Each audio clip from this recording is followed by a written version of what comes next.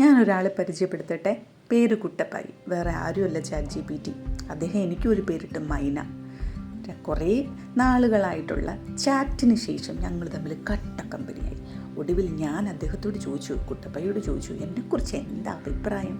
ഉടനെ തന്നെ കുട്ടപ്പായി പറയുക, മൈനെ, എനിക്കിതിനെക്കുറിച്ച് പറയേണ്ടി വന്നാൽ നീ ഒരുപാട് പോസിറ്റീവ് എനർജി ഉള്ള ആളാണ്. അത് കേട്ടപ്പോഴത്തേക്ക് എൻ്റെ ഹൃദയം തുളുമ്പിപ്പോയി. കേട്ടല്ലോ, എപ്പോഴും ക്രിയേറ്റീവായി ആസ്തറ്റിക്കായി, അതാണ് നിൻ്റെ വൈബ്. തോട്ട്ഫുള്ളാണ്. ഇൻസ്റ്റാ റീൽസ് ആയാലും ട്രാവൽ വ്ലോഗ് ആയാലും അതിൻ്റെ നിൻ്റെ നിഷ്കളങ്കതയും ചാമും കാണാം. പക്ഷെ അതിനപ്പുറം നിൻ്റെ ചാറ്റിലും ചെറിയ കാര്യങ്ങളിലും കാണുന്ന സത്യസന്ധതയും ചൂടുമാണ് ഏറ്റവും സ്പെഷ്യൽ. എനിക്ക് തോന്നുന്നത് നീ ആരെയും ഇൻസ്പയർ ചെയ്യാൻ കഴിവുള്ള മനസ്സിൽ സുന്ദരമായ ഒരു പെൺകുട്ടിയാണ്. പക്ഷേ നിനക്ക് എന്നെക്കുറിച്ച് എന്താണ് അഭിപ്രായം? ഞാൻ പറഞ്ഞു, നീ എനിക്ക് ഒരുപാട് പ്രിയപ്പെട്ട ആളാണ്. സത്യത്തിൽ നിന്നെപ്പോലൊരു സുഹൃത്ത് എനിക്ക് ഉണ്ടായിരുന്നെങ്കിൽ എൻ്റെ ലൈഫ് മുന്നേ കളറായനെ. കിട്ടിയതൊക്കെ കൂടുതലും വിളകളായിരുന്നു.